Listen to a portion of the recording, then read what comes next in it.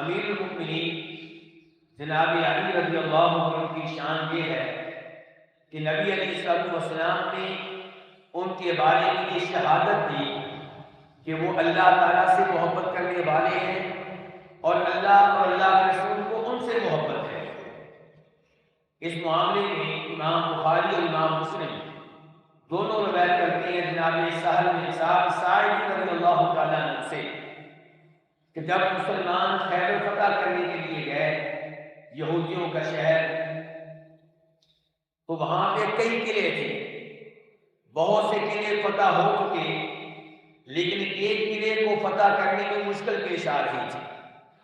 تو نبی علیہ السلام نے ارشاد فرمایا کہ میں قیادت کا جھنڈا کل ایک ایسے شخص کو دوں گا جس کے ہاتھوں اللہ تعالیٰ مسلمانوں کو فتح دے گا، وہ اللہ کے رسول علیہ السلام سے محبت کرنے والا ہوگا اور اللہ کے رسول کو اس سے محبت ہوگی۔ صحابہ کرام نے یہ رات بڑی بے چینی میں گزاری، ہر ایک کی خواہش تھی کہ جھنڈا مجھے ملے۔ ان کو قیادت کا شوق نہیں تھا، لیکن یہ احساس کہ جسے جھنڈا ملے گا اس سے اللہ کو بھی محبت ہوگی، اللہ کے رسول کو بھی محبت ہوگی۔ علیہ السلام اتنا بڑا اعزاز تھا کہ ہر صحابی چاہتا تھا کہ جھنڈا مجھے ملے۔ صبح ہوئی تو نبی علیہ السلام نے کہا این علی بن ابی طالب، کہ علی بن ابو طالب کہاں ہیں؟ لوگوں نے کہا کہ ان کی آنکھوں میں تکلیف ہے، وہ صحت کے لحاظ سے ٹھیک نہیں ہے۔ تو آپ علیہ السلام نے کہا ان کو لایا جائے۔ ان کو لایا گیا، ان کی آنکھوں میں مسئلہ تھا، تو آپ علیہ السلام نے ان کی آنکھوں میں لعاب ڈالا، اپنا بابرکت تھوک لعاب ڈالا، جس سے وہ فوری طور پہ شفا یاب ہو گئے، اور پھر آپ نے قیادت کا جھنڈا انہیں دیا، اور ان کی قیادت میں اللہ رب العزت نے مسلمانوں کو فتح دیا۔ تو اس حدیث سے کیا پتہ چلا کہ جناب علی رضی اللہ عنہ وہ عظیم شخصیت ہیں جن کے بارے میں باقاعدہ شہادت آ گئی نبی علیہ السلام کی طرف سے کہ وہ اللہ کے رسول سے سچی محبت کرنے والے ہیں اور اللہ تعالیٰ کو، اللہ کے رسول کو ان سے محبت ہے۔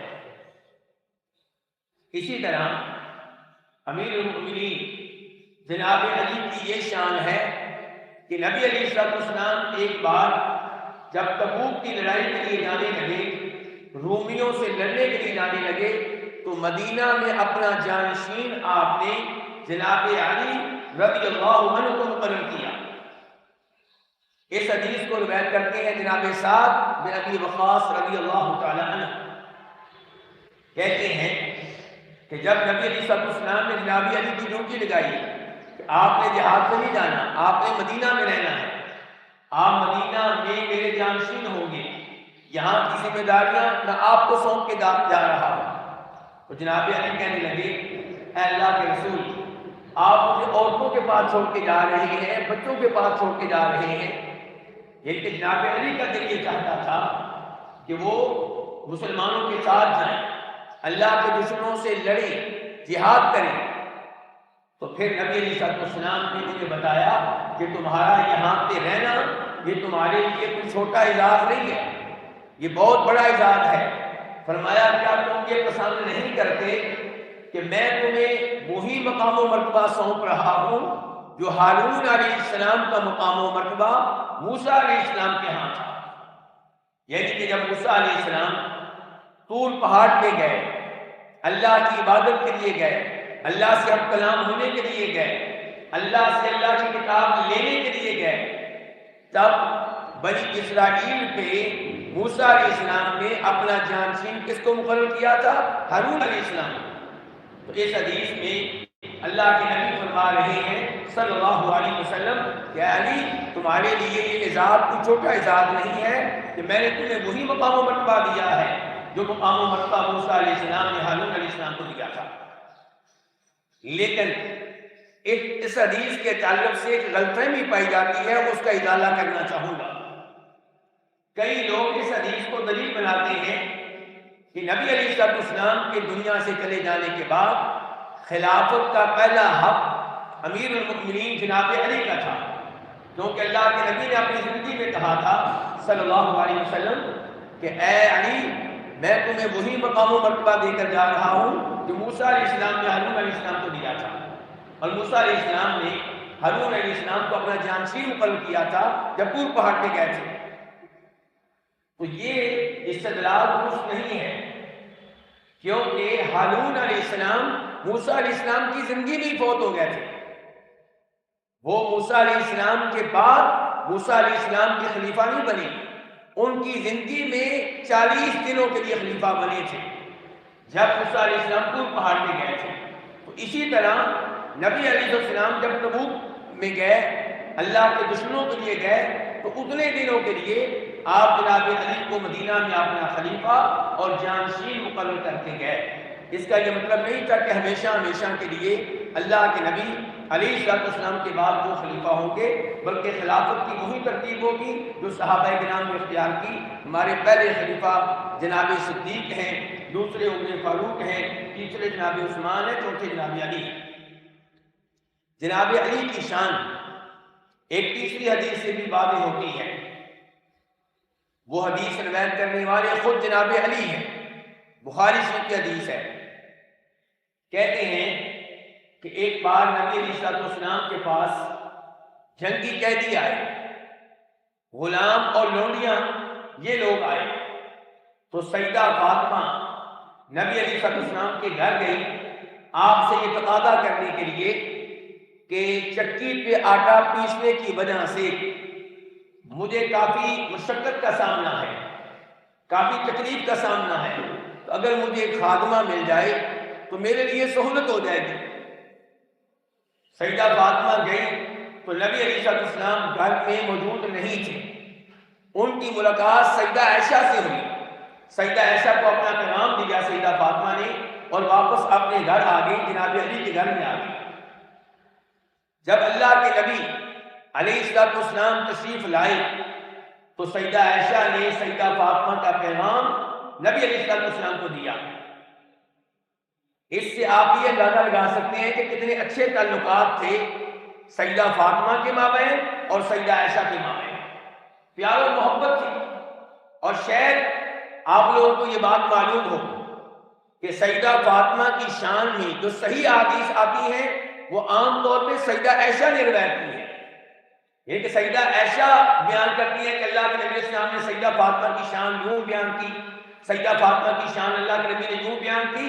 سیدہ فاطمہ کی شان میں جو صحیح حدیث آتی ہیں عام طور پہ انہیں روایت کرنے والی سیدہ عائشہ ہے۔ تو یہ آپس میں ان کا پیار ہے، یہ آپس میں ان کی محبت ہے۔ اور یہاں پہ سیدہ فاطمہ کو سیدہ عائشہ پہ اعتماد تھا تو اپنا پیغام ان کو دیا، اور سیدہ عائشہ نے وہ پیغام اللہ کے نبی تک پہنچایا صلی اللہ علیہ وسلم۔ اب کیا ہوا، نبی علیہ السلام رات کے وقت جناب علی کے گھر میں آئے۔ جناب علی کہتے ہیں اس وقت ہم دونوں بستر پہ آ چکے تھے، بستر پہ آ کے لیٹ چکے تھے، تو آپ علیہ السلام ہمارے درمیان میں آ کر بیٹھ گئے۔ ہم نے اٹھنا چاہا، آپ نے ہمیں اٹھنے سے منع کر دیا کہ اپنی جگہ پہ رہو۔ آپ ہمارے درمیان میں بیٹھے۔ جناب علی کہتے ہیں حتیٰ کہ میں نے نبی علیہ السلام کے قدمین، آپ کے بابرکت جو قدم تھے، پاؤں تھے، ان کی ٹھنڈک اپنے سینے میں محسوس کی۔ اور پھر اللہ کے نبی علیہ السلام نے کہا کہ تم دونوں نے خادم مانگا ہے، خادمہ کا سوال کیا ہے، کیا میں تمہیں ایک ایسی چیز نہ سکھاؤں جو خادم لینے سے کہیں بہتر ہے، نوکر لینے سے کہیں بہتر ہے؟ پھر آپ علیہ السلام نے کہا کہ جب تم رات کو بستر پہ آ جاؤ تو 34 بار کہو اللہ اکبر، 33 بار کہو سبحان اللہ، 33 بار کہو الحمدللہ۔ یہ کلمات کہنا اس خاتم لینے سے کہیں بہتر ہے جس کا تم نے تقاضا کیا ہے۔ اس حدیث سے جناب علی کی شان کیسے معلوم ہوئی کہ دیکھیے نبی علیہ السلام کی اپنائیت، آپ کا تعلق، آپ کا پیار جناب علی کے ساتھ کیسے بے تکلفی کے ساتھ ان کے بستر میں، ان کے بیچ میں آ کر آپ بیٹھ گئے۔ اور پھر کتنی محبت سے آپ نے ان کو یہ وظیفہ دیا۔ تو جہاں اس حدیث سے جناب علی کی سیدہ فاطمہ کی شان معلوم ہو رہی ہے، وہاں میں نے اور آپ نے یہ سبق حاصل کرنا ہے کہ اگر کبھی تھک جائیں، مشکل حالات کا سامنا کریں، تو اس قسم کے اذکار کا اہتمام کریں، اور خصوصاً رات کو سونے سے پہلے خود بھی یہ کام کریں، اپنی اولاد کو بھی اس کی عادت ڈالیں۔ جیسے نبی علیہ السلام نے سیدہ فاطمہ آپ کی لاڈلی بیٹی ہے، آپ کو بڑا ان سے پیار تھا، اور وہ آپ سے خادمہ مانگ رہی ہیں، آپ نے خادمہ کی بجائے کیا دیا ہے؟ وظیفہ دیا ہے، اذکار بتائے ہیں۔ تو اگر مجھے اور آپ کو اپنی اولاد سے واقعی پیار ہے تو ہمیں ان کی دنیا کی فکر کرنے سے زیادہ ان کی آخرت کی فکر کرنی چاہیے۔ ان کو سکھائیں کہ کس موقع پہ کون سی دعا پڑھنی ہے، رات کو سونے سے پہلے کون سے اذکار کرنے ہیں، صبح کے اذکار کون سے ہیں، شام کے اذکار کون سے ہیں، گھر میں داخل ہونے کی دعا کیا ہے، گھر سے نکلنے کی دعا کیا ہے، واش روم میں جانے کی دعا کیا ہے، واش روم سے نکلنے کی دعا کیا ہے۔ یہ وہ بہترین تحفہ ہوگا جو ہم اپنی اولاد کو دیں گے۔ ہم اپنی اولاد کی گرمی سردی کا اہتمام کرتے ہیں، اس کی ٹینشن لیتے ہیں۔ ابھی جون جولائی آنے والا ہے تو میں ابھی سے فکر ہے کہ گھر میں اے سی لگ جائے، اے سی کی صفائی ہو جائے، لیکن کیا ہم بچوں کی قبر کے بارے میں بھی سوچتے ہیں؟ کیا ہم بچوں کی آخرت کے بارے میں بھی سوچتے ہیں؟ کیا ہم انہیں نماز پڑھنے کی عادت ڈال رہے ہیں؟ کیا رمضان کے روزے سختی کے ساتھ رکھنے کا ہم ان سے مطالبہ کرتے ہیں؟ کیونکہ رمضان کے روزے فرض ہیں۔ یہاں پہ اگر کوئی بچہ نصیحت کرنے کے باوجود روزہ نہیں رکھتا تو اس کے اوپر سختی کی جائے گی، یہاں نرمی کا معاملہ بالکل نہیں کیا جائے گا۔ نبی علیہ السلام ارشاد فرماتے ہیں، ابو داؤد شریف کی حدیث ہے، بچہ 7 سال کا ہو جائے اسے نماز پڑھنے کی ترغیب دو۔ یہ کیا ہے؟ محبت سے کہو، ترغیب۔ لیکن 10 سال کا ہو جائے نماز نہ پڑھے، فرمایا اب اس کی پٹائی کرو۔ یہ تربیت کا بڑا اہم حصہ ہے، اور ہم نے تربیت نبی علیہ السلام سے لینی ہے۔ ہم نے تربیت یورپ کے لوگوں سے نہیں لینی کہ انہوں نے سبق پڑھا دیا کہ بچے کو ہاتھ بالکل نہیں لگا سکتے تو ہم کہیں گے بالکل نہیں لگا سکتے۔ نہیں، جہاں پہ بچے کی بہتری کے لیے ہاتھ لگانا ضروری ہے وہاں پہ ہاتھ لگایا جائے گا۔ آخرت، ہم نے اپنے بچے کو جہنم کی آگ سے بچانا ہے، ہم نے اپنے بچے کو قبر کے عذاب سے بچانا ہے۔ اگر وہ نماز نہیں پڑھتا تو اس معاملے میں اس پہ سختی کی جائے گی۔ تو یہ ہے تعلق اللہ کے نبی علیہ السلام کے ساتھ امیر المؤمنین جناب علی کا۔ جناب علی کے مقام و مرتبہ میں دلالت کرنے والی چوتھی حدیث آپ کے سامنے رکھنا چاہوں گا۔ اسے روایت کیا امام مسلم نے، اور یہ حدیث بیان کرنے والے خود جناب علی ہیں۔ حدیث نمبر 3 بھی بیان کرنے والے جناب علی تھے، اور حدیث نمبر 4 جو بھی آپ کے سامنے ذکر کرنے لگا ہوں یہ روایت کرنے والے بھی خود جناب علی ہیں۔ کہتے ہیں انہو لعہد النبی الامی الی اللہ یحبک الا مؤمن ولا یبغضک الا منافق۔ بلکہ اس سے پہلے قسم اٹھاتے ہیں جناب علی، کہتے ہیں والذی فلق الحب وبرأ النسم، اس اللہ کی قسم جو دانے کو زمین سے نکالتا ہے۔ یہ قسم کیوں اٹھائی ہے؟ کیونکہ یہ اللہ کی قدرت کی بہت بڑی نشانی ہے۔ کسان زمین میں بیج ڈال کے آتا ہے، لیکن بیج کو یہ طاقت کون دیتا ہے کہ وہ زمین کو پھاڑے اور پودے کی شکل میں باہر نکلے؟ پودا کمزور سے پودے میں یہ طاقت کس نے رکھی ہے کہ وہ زمین کو پھاڑ کے باہر نکلتا ہے؟ تو فرمایا اس ذات کی قسم جو دانے کو پھاڑتا ہے، اس ذات کی قسم جو انسان کو پیدا کرتا ہے۔ یہ بھی اللہ کی قدرت کی بہت بڑی نشانی ہے۔ میں اور آپ جانتے ہیں انسان کس سے پیدا ہوا ہے؟ پانی کے ایک قطرے سے، پانی کا ایک قطرہ۔ اور آج دیکھو یہ کیا ہے، پانی کا وہ ایک قطرہ، اور آج دیکھیں 5 فٹ کا یہ انسان، 6 فٹ کا یہ انسان، لمبی لمبی ٹانگیں، گردن، بازو، ہاتھ، سر، یہ اللہ کی قدرت کی نشانیاں ہیں میرے بھائی۔ تو جناب علی کہتے ہیں اس ذات کی قسم جو دانے کو زمین سے پھاڑ کے باہر نکالتا ہے، اس ذات کی قسم جو انسان کو پیدا کرتا ہے۔ اللہ کے نبی علیہ السلام نے مجھ سے یہ کہا تھا کہ علی تجھ سے محبت کرنے والے مومن ہوں گے، تجھ سے نفرت کرنے والے منافق ہوں گے۔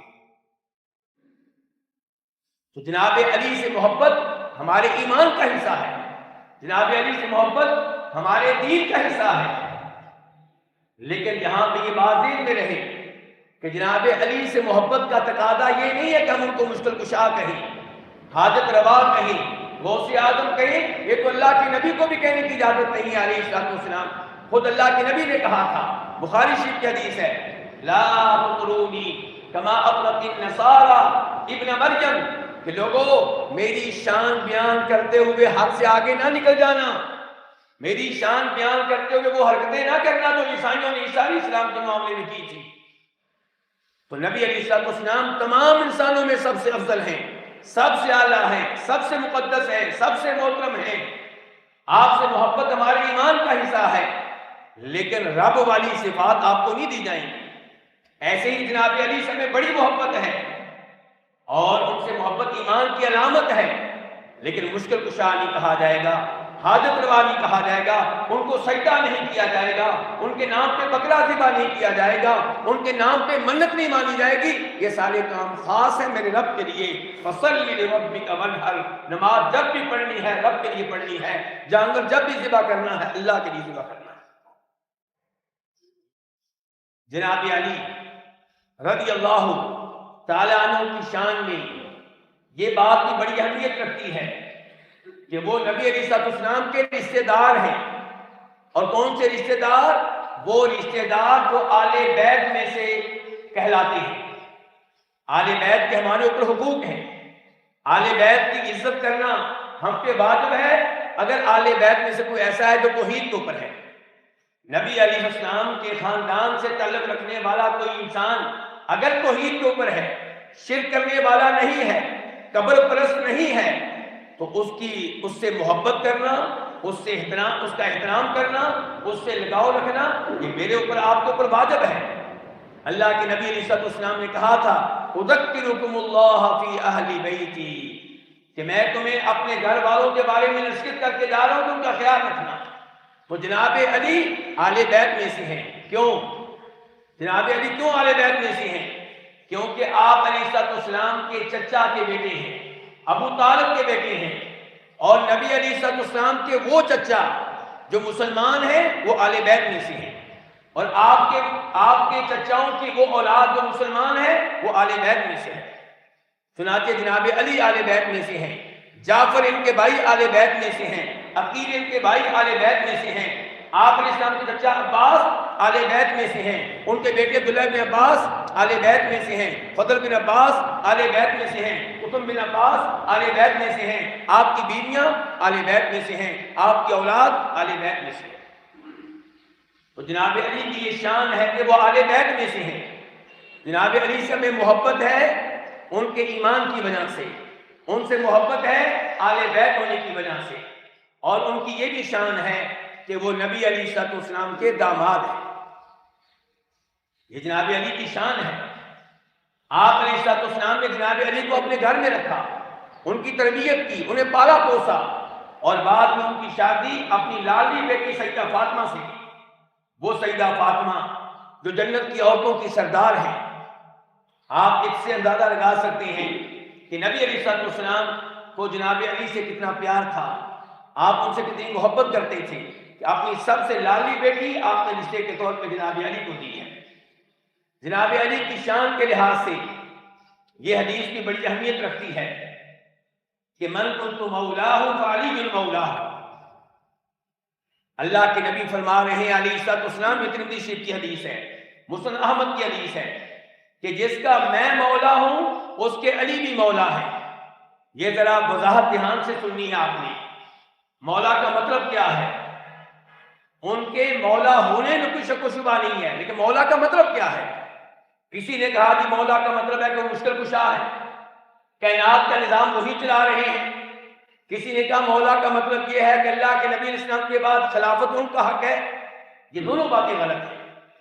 صحیح بات کیا ہے کہ من کنت مولاہ فعلی مولاہ، کہ جو مجھ سے محبت کرتا ہے، اللہ کے نبی کہہ رہے ہیں علیہ السلام، جو مجھ سے محبت کرتا ہے میرے علی سے بھی محبت کرے، جو مجھ سے دوستی رکھتا ہے میرے علی سے بھی دوستی رکھے، جو مجھ سے تعلق رکھتا ہے میرے علی سے بھی تعلق رکھے، جو مجھ سے لگاؤ رکھتا ہے میرے علی سے بھی لگاؤ رکھے۔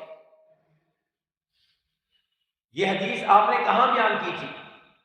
یہ حدیث آپ نے بیان کی تھی جوفا کے قریب ایک جگہ ہے جس کو خم کہتے ہیں، وہاں پہ پانی کا تالاب تھا، پانی کے تالاب کو کہتے ہیں غدیر، خم والا غدیر، غدیر خم، وہاں پہ یہ حدیث آپ نے بیان کی تھی حج کے بعد، یعنی کہ اپنے فوت ہونے سے تقریباً 3 ماہ پہلے نبی علیہ السلام حج سے واپس آ رہے ہیں تو آپ نے وہاں پہ خطبہ دیا، خطبے میں لوگوں کو آپ نے تعلیمات دی کہ میں دنیا سے جانے والا ہوں، تم نے قرآن کریم کو مضبوطی سے تھامنا ہے، اس کو پڑھنا ہے، اس کو سمجھنا ہے، اس پہ عمل کرنا ہے، فیہ الہدی والنور، اسی قرآن میں ہدایت ہے، اسی قرآن میں روشنی ہے، اسی کے ذریعے تمہیں جنت میں جانے کا راستہ ملے گا۔ اور پھر آپ نے کہا تھا وَأُذَكِّرُكُمُ اللَّهَ فِي أَهْلِ بَيْتِي، دوسرے نمبر پہ میں یہ نصیحت کر کے جا رہا ہوں کہ میرے گھر والوں کا خیال رکھنا۔ اور ترمذی شریف کی حدیث میں آتا ہے کہ اس موقع پہ آپ نے یہ بھی کہا تھا کہ من کنت مولاہ فعلی مولاہ، جس کا میں مولا ہوں اس کے علی بھی مولا ہے، یعنی کہ جو مجھ سے محبت کرتا ہے وہ میرے علی سے بھی محبت کرے۔ تو جناب علی رضی اللہ عنہ کا مقام و مرتبہ بہت اونچا ہے، اور صحابہ کرام ان سے بڑی محبت کرتے تھے، وہ صحابہ کرام سے محبت کرتے تھے۔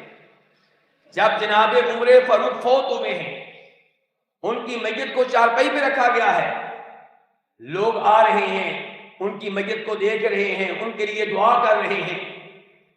عبداللہ ابن عباس کہتے ہیں نبی علیہ السلام کے چچا کے بیٹے، جناب علی کے چچا کے بیٹے، وہ کہتے ہیں کہ اچانک میرے کندھے پہ کسی نے ہاتھ رکھا، میں نے مڑ کر دیکھا تو وہ علی تھے، اور جناب عمر فاروق کو جبکہ وہ چارپائی پہ ہیں، ان کی میت ہے، ان کو دیکھ کے کہہ رہے ہیں کہ آپ دنیا سے چلے گئے، اب دنیا میں کوئی ایسا انسان نہیں رہا آپ کے جانے کے بعد جس کو دیکھ کر میں یہ خواہش کروں کہ کاش میرے اعمال اس کی طرح کے ہوں۔ جناب علی کو کتنی محبت ہے عمر فاروق سے، کہہ رہے ہیں کہ آپ کے جانے کے بعد اب دنیا میں کوئی ایسا انسان نہیں رہا جس کو دیکھ کر میں یہ خواہش کروں کہ میرے اعمال اس انسان کی طرح کے ہو جائیں۔ پھر جناب علی نے گواہی دی، کہا کہ میں نے اللہ کے نبی سے کئی بار سنا صلی اللہ علیہ وسلم کہ آپ کہا کرتے تھے فلاں جگہ میں گیا، میرے ابو بکر گئے اور میرا عمر گیا، فلاں جگہ سے میں آیا، ابو بکر آئے اور عمر آئے، فلاں گھر میں میں داخل ہوا، ابو بکر داخل ہوئے اور عمر داخل ہوئے، یعنی کہ نبی علیہ السلام اپنے نام کے ساتھ ابو بکر و عمر کا نام کثرت سے لیا کرتے تھے۔ یہ شہادت کون دے رہے ہیں؟ امیر المؤمنین جناب علی رضی اللہ تعالیٰ عنہ، جن سے ہمیں محبت ہے، آل بیت سے محبت ہے، حسن و حسین سے ہم محبت کرتے ہیں، سیدہ فاطمہ سے محبت کرتے ہیں، اور اس خاندان سے محبت کو ہم ایمان، دین اور اسلام سمجھتے ہیں۔ اللہ تعالیٰ ہمیں اسی محبت میں موت دے۔ وآخر دعوانا الحمدللہ رب العالمین۔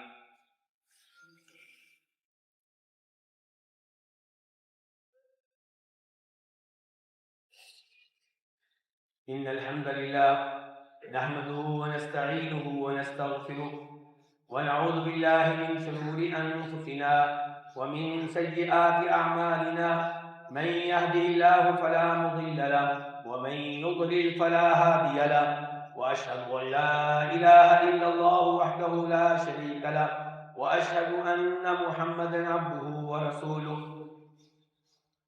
مردوں کی طرح مسجد میں عورتوں کا بھی حق ہے، عورتوں کا بھی حق ہے کہ وہ دین سیکھیں، وہ عقیدہ سیکھیں، نماز روزے کے مسائل جانیں۔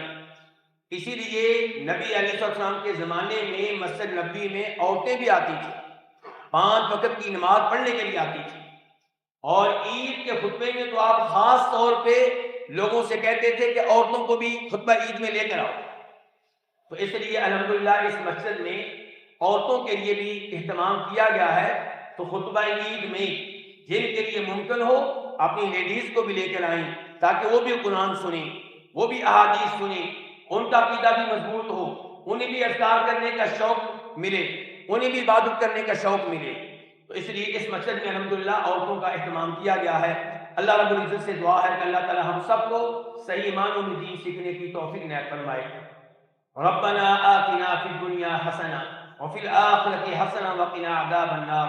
ربنا لا تؤاخذنا ان نسینا او اخطأنا ربنا ولا تحمل علينا إصرا كما حملته على الذين من قبلنا ربنا ولا تحملنا ما لا طاقة لنا به واعف عنا واغفر لنا وارحمنا انت مولانا فانصرنا على القوم الكافرين۔